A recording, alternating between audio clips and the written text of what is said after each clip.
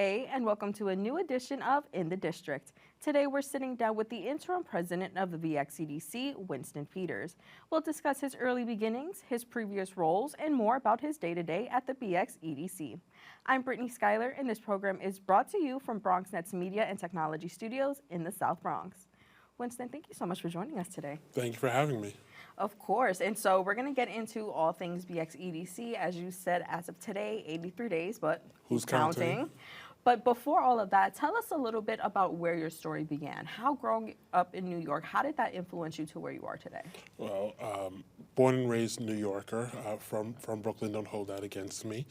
But born, the son of two working class parents, immigrants from the Caribbean who instilled really good values in me, and just in the neighborhood was just very strong roots as well. And so down the block or in the neighborhood, your neighbors were working in the hospital, or nurses in the hospital, or the mechanic, or worked in the post office, or have all these different roles. So it was very much a close-knit neighborhood.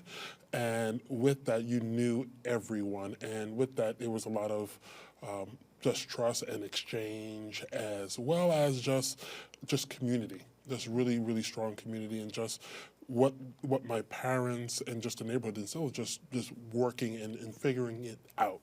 And that's really was a common theme for me being first generation here, is just figuring it out wherever it may be, whether it is in school or in work or in my current role, is just figuring out just so that we get to the next place that we have to be. And that was, like I said, just a very much so a strong common theme, and just the values that my parents instilled, and just navigating New York in a very interesting time. We're in a very interesting time right now, and so just learning how to navigate different communities, different ethnic groups, different cultures, and seeing what I know today as entrepreneurship. Is people who might have had a hustle and just didn't have the language for it when I was a kid, but seeing entrepreneurship at a very young age was something that sparked something. Yeah, absolutely. And I like that you mentioned figuring it out, because that is the quality, I think, of a leader, right? When a leader is involved in leading a team, one of the main rules is, hey, we have to figure out how we're going to solve this problem, how we're going to get through this circumstance. So tell me, when was it that you realized you were drawn to positions of leadership and really building something bigger than you? When was that moment? I think it's good just to define leadership. For me, I think leadership is just being of service of whoever is among you. And so for me, leadership is always about being of service, never just telling people what to do, or how can I help you reach a certain goal. And I think for me, that started in that transition of college and transitioning out of college. I went to Manhattan College, well now Manhattan University, and was an RA. And so that was a figure of leadership to a degree of making sure that the students on my floor, even though we were a couple of years apart, that they were good in solving their problems. And then post-college, navigating my career, it's okay, what else is there? And then navigating different teams, managing different groups, managing in all of my different career roles, just always had this type of role of making sure that other people were good to achieve their goals. Mm-hmm. And so let's go back to Manhattan College, now Manhattan University. When you were an RA, what were some of the qualities that you had back then, or that you developed back then, that still you show up for you now in the profession that you're in? I think it goes even further back. Than that, is just starting out as a teenager, just having jobs, having multiple different jobs. And I think my first job was I worked at a catering hall, and which taught me a lot. Just one, empathy. And just when you think about being in a catering hall, working in a restaurant, is when was the last time you asked someone, your waiter, what's their name? And so empathy is just, you want to always remember that we're dealing with human beings, and human beings have feelings, and they have emotions, and just always taking that into consideration. And then I think my second job was I worked at in the mall as a shoe salesperson. And just learning how to just navigate and how to talk to other people, of all different cultures, all different races, and just being able just to understand people, that really helped me be an RA. And that's still what I use today. It's like you're no matter what you call it, whether it's target segments, customer segments, or whatever you think of groups of customers, they're still human beings. And so from a basic perspective, is like how do I want to show up in dealing with other humans? How do I want to make them feel? And that's something that I carry with me to this day with my team, whether I'm speaking with business owners, whether I'm speaking with community leaders. It's like how am I showing up with from an empathy standpoint and humanity? Absolutely. And I think a big point in that is, again, you went to Manhattan College, and now you're back there as an adjunct professor. So tell me a little bit about that, why you decided to go back. One, it's a great experience being able to go back to my alma mater. Some of my professors are still there, so I get to call them by their first name, which is always interesting.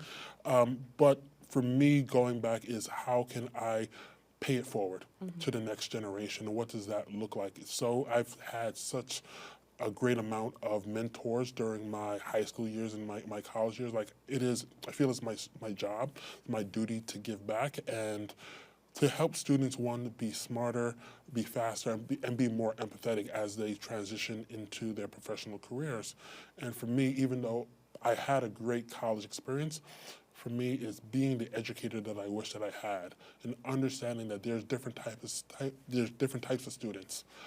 Some students are first generation, some students are international students, and some students are just figuring out. And having that type of experience myself, I can see myself in them shoes, and I can help them navigate better their collegiate career. Mm-hmm. And I think that's so important, as you mentioned, is really to have somebody who, in a sense, walk the same path that you kind of did, and somebody to relate to, because sometimes that professor that's standing in front of the room in the class with 400 students, sometimes that's not always going to be the professor that you connect most with. Do you have any specific stories or maybe any specific reception from the students? Yeah, I think for me, my students, I don't wear, even though I'm wearing a tie today, I don't wear a tie in class, and I wear sneakers, and sometimes the faculty just thinks I'm an older student on campus. But for me, it's about relating to the students, because not relating to faculty, even though that might come off a little bit rough, but it really is about, for me, about breaking down those walls and barriers for students to feel comfortable. It's about creating a safe as well as a brave space for students to feel that they could talk to me and understand that it isn't a teacher-student relationship. We're just a room full of learners. I'm looking to learn from you, and you're looking to learn from me. And how can we learn together so that we can be better human beings to make a better impact in the world? That's amazing, and I really do think that sometimes it is a very daunting task, just being in the college environment, being in the university environment. And something else that people sometimes seem daunting is giving back, right? Sometimes people are like, I don't know where to start, I don't know what I can do. So given your track record with giving back and empathy and really just serving others, what advice do you have for somebody who's in that space? I think it's finding the thing that annoys you. I think it's always finding the thing that annoys that you want to fix. Mm-hmm. And also, for most people, you don't do this on your own. Mm-hmm. You get help, you get support, and how can you be of service? How can you give back? How can you make it easier for someone else? There's a really great quote that I love and that I tell my students a lot is, for me, it's about planting seeds of trees under shade that I will never sit under. And so how can I pour so much into you that even though when I'm no longer here, that the other people are receiving the shade or receiving the benefits or being able to be rewarded because of your empathy and the way that you want to give back? Absolutely. Listen, there's a lot of things that annoy me. Now I'm going to start making a list and think about, okay, where can I, pour myself into? And the thing is, for me, I'm an engineer by education and practice, and we need engineers thinking about big ideas for the planet, but we also need engineers thinking about big ideas for marginalized and underserved communities, because sometimes those big ideas for the planet take too long to trickle down to those marginalized and underserved communities. And so for me, even though I teach within the business school and also speak and teach to engineering students as well, I want to change the perception of what an engineering problem actually is. So when a student walks down the street and they see an unfortunate circumstance, they see it as an engineering problem that they need to solve. And so going back to giving back is just changing the reframing of what a problem actually is. That is such a great way of looking at it. And it's funny because I was seeing that you had studied mathematics and civil engineering. So it's like, how did that lead into business? I think the great question. Everyone asks that question, like, okay, you're an engineer.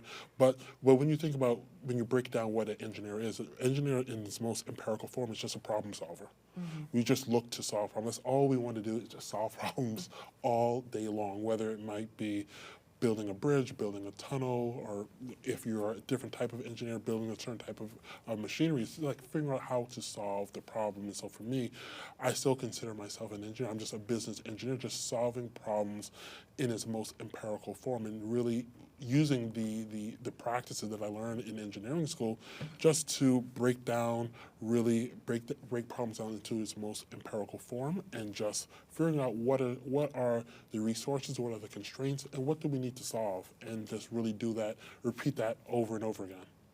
That's amazing. And so now, shifting gears a little bit into the now, right? You just mentioned all the different hats that you wore and the many different roles that you took on. Which one do you think prepared you the most to step in as interim president at the BXEDC? That's such a tough question. It's like each job is like one of my babies.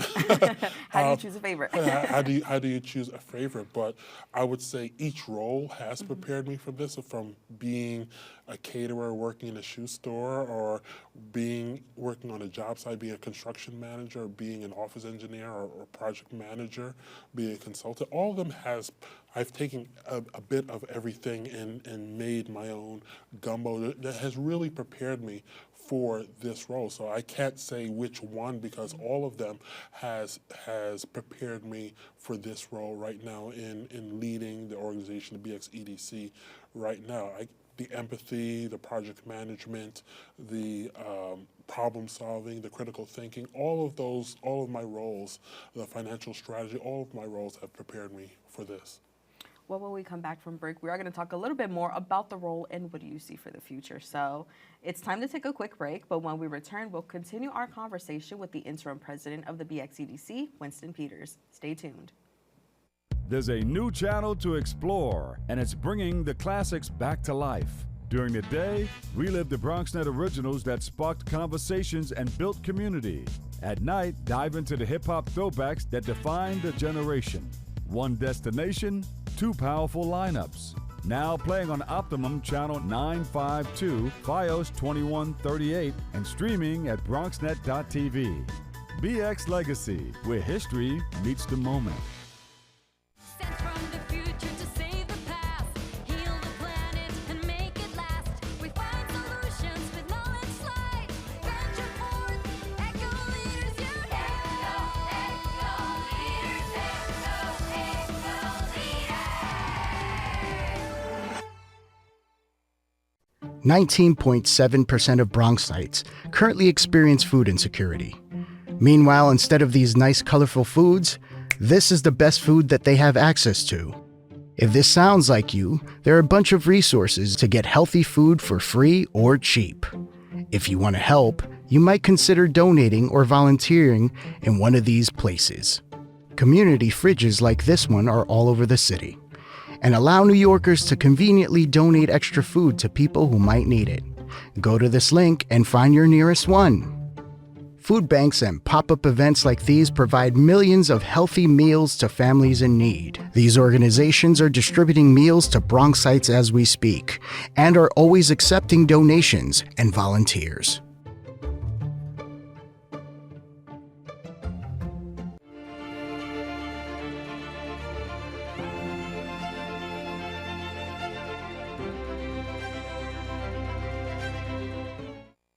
Welcome back. You're watching a new edition of In the District with the interim president of the BXEDC, Winston Peters.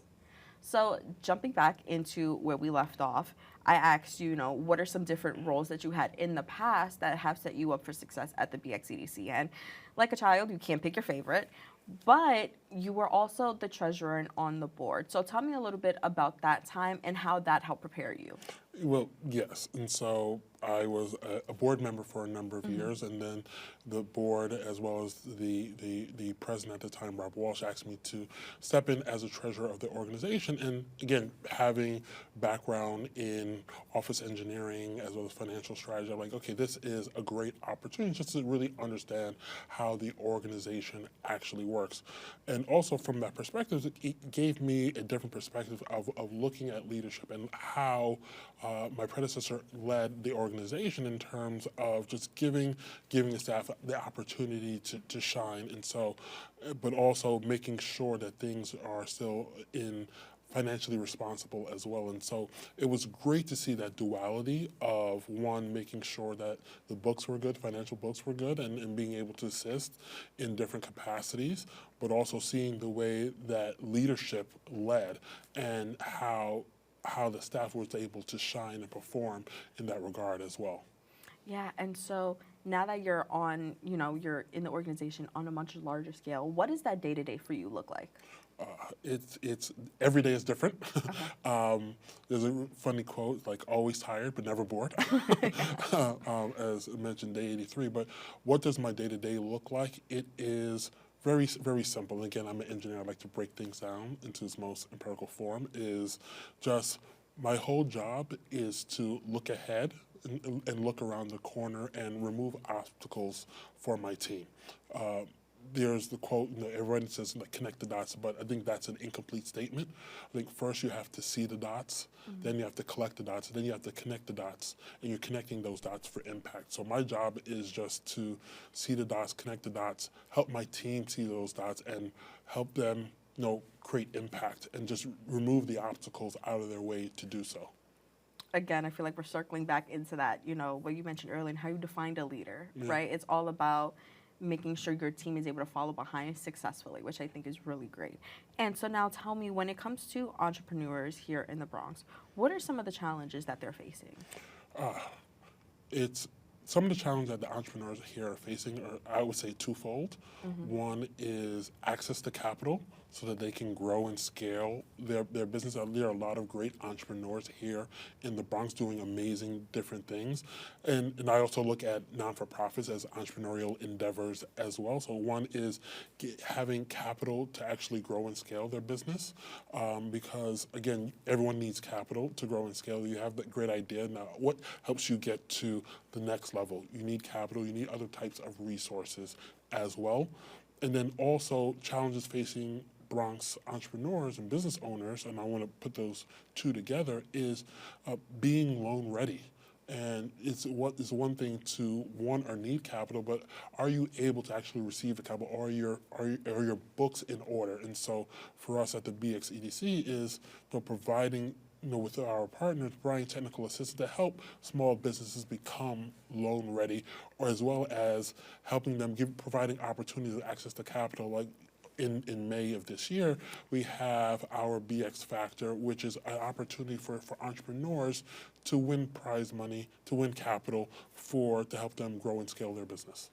I'm so glad that you brought that up because the BX Factor Business Challenge is probably one of my favorite events. I've covered the last 2 years, and it's Shark Tank, I will say, I think we need, if it's not copyrighted, I do think we need somebody saying, I'm out at the end of it. Okay. We have to have that. But tell me a little bit about that and really the reception of the past 2 winners. I think it's a great initiative, during Bronx Week, the BX Factor. One, again, is helping entrepreneurs, helping early stage solopreneurs, entrepreneurs, and what has transpired for that is it's been transformative, just not only for the winners, but for the other participants as well. And again, getting that critical feedback, getting that exposure, people wanting to work with them or collaborate with them as well. So it isn't just a zero-sum game of just there's one winner. Everyone is a winner in a different capacity, and one is highlighting the small business in the Bronx, highlighting the amazing work that these solopreneurs, entrepreneurs, these small business owners are doing, but also giving them the resources as well so that they can grow and scale. Like this year, we're actually giving seminars and workshops for the small businesses so that they can be better prepared as they grow and scale. I think that's amazing because they're not just walking away from the competition empty-handed. You know, there's education, and I think there's power in that, and there's power in knowledge. And I think back to the first year that it was done, and I knew of a lot of the businesses that were there competing, and I feel like the growth from the first year to last year, seeing those businesses grow over a matter of a year, I think is amazing. And I think that also has to do with the feedback from the challenge. Yeah, like the first year winner was Gomez Design, who upcycles construction wood to make designer objects. They're still working, reshape their business, but still operating here in the Bronx, still teaching, still creating. Last year's winner, Ashana Coclasia, Fix It with Piggy. Now it has a space in the Andrew Freeman home, and now offering tech services, tech classes as well. And so, but also looking at some of the other businesses that participated.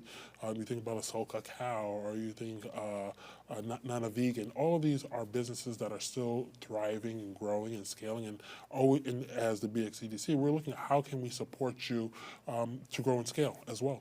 Absolutely. And I think also a lot of times as people who aren't who aren't small business owners and aren't entrepreneurs here in the Bronx, is that a lot of times we don't always see the issues that they're facing, right? We think of the big issues, but we don't think of the little ones. So tell us how the BXEDC helps meet the business owners at where they actually are and not where we think they are. For us, it's making sure that the team, again, starts with empathy and just always wants to understand where they are and how we can help. And if they're not loan ready or they need some more financial strategy, we have a network of partners that we can offer to help them with the services that they actually need. So for us, it's never binary. It's neither a yes or a no. It's how can we help? And that's really what it is how can we be of service to small businesses here in the Bronx, and as well as bringing businesses to the Bronx as well, which is just as important, to really show what the Bronx has to offer and really highlight all of the good things and this business ecosystem here in the Bronx. That's great. I like that you said it's not a yes or a no. It's, hey, if we don't have this, or let's connect you with somebody who does. And that really is ultimately how you build a much stronger business ecosystem. And speaking of, how would you describe the Bronx's business ecosystem to be unique in comparison to other boroughs? Another great question. I think the Bronx ecosystem, the unique factor is that there's grit. And for far too long, the Bronx has received limited funding, and so the Bronx entrepreneurs, the Bronx business owners had to figure it out. Going back to just had to figure out how to survive, how to thrive. With limited funds. And so, again, it's thinking about all of the different creative ways for survival. So what makes the Bronx business ecosystem unique is their grit, their ability to figure it out, and their ability just of finding the resources that they need, and as well as collaborating with one another. That's something that I've noticed here in the Bronx. From my time at Manhattan University engaging with small business as well as with the BXEDC, that there is a lot of collaboration here in the Bronx because of the limited resources, and we're looking to change that here. Again, we're looking to increase the BX factor, looking to increase the amount of technical assistance we offer to small businesses, as well as the service that we can provide small businesses as well as entrepreneurs. Absolutely. And now tell me, ultimately, what does a strong Bronx economy look like? A strong Bronx economy looks like that is where the silos are broken down, where we have cultural institutions working with higher ed institutions, working with the legacy small businesses, working with the solopreneurs and entrepreneurs, and there is actually a real ecosystem. A lot of people don't know that the Hunts Point Market is the largest food distribution center in the country. Like, how can we partner with something like the Hunts Point Market? How can we partner with the Bronx Children's Museum? How can we partner with the New York Yankees? How can we partner with Manhattan University or Lehman College or Mercy University? Just, again, breaking down the silos so that we all are working together and keeping talent here in the Bronx as well, and building thriving businesses, not only for the legacy businesses, not for the anchor business, anchor corporations, but for everyone involved, solopreneur all the way up to the corporations. That's amazing. And now, as we're in February right now, but as we come up on the rest of the year, what are some goals that the BXEDC has? And, how can entrepreneurs and business owners, what can they expect? Again, as I mentioned before, we'll be having on the pipeline, again, providing more services to small businesses here in the Bronx, providing more info sessions, more workshops, providing more access to capital. One I know right now it's big for for small business owners with storefronts is there's local law 75/2009, which is a mandate for them to change their roll down gate to be a perforated gate. For us at the BXEDC, like, how can we support the small businesses within the business improvement districts as well as outside of the business improvement districts, in providing them capital to be able to afford this big capital expenditure. And so we understand what's going on in local government, city government, and what's coming down the pipeline in terms of mandates, and how can the BXEDC support these initiatives as well. As well as, again, for us, it's bringing new businesses here as well, and highlighting businesses through the Bronx Tourism Council, like showing all of the good things that are going on, and so that we can attract businesses, and again, economics, attract tourists here in the Bronx. I think that is important as our role in the BXEDC. Absolutely. And we talked a lot about leadership, your early start with really having those qualities. At the end of your tenure at the BXEDC, what do you want people to remember about your leadership? For me is great. Another great question. What I want people to remember is I work diligently to break down the silos, and really connecting cultural institutions, higher ed institutions, small businesses, student entrepreneurs, really making sure that it's a real ecosystem that whether you are a solopreneur or a corporation, that you can find what you need here, and that the BXEDC is truly a resource to help. And it's never a no, it's like, how can we figure it out? Going back to the early thing, like, we're here, that my tenure here as interim president is to make sure that the businesses here figure it out. That is the motto, that is the theme of this episode, is figuring it out, and the importance of leadership and having those qualities. Winston, I want to thank you so much for sitting down with us. Thank you for having me. Of course. And of course, thank you to everybody for watching. And remember, you can always catch this program anytime, anywhere on Bronxnet.org and YouTube. While you're there, be sure to follow Bronxnet on social media to find out who we'll sit down with next from Bronxnet's Media and Technology Studios in the South Bronx. I'm Brittany Skyler. I'll talk to you soon.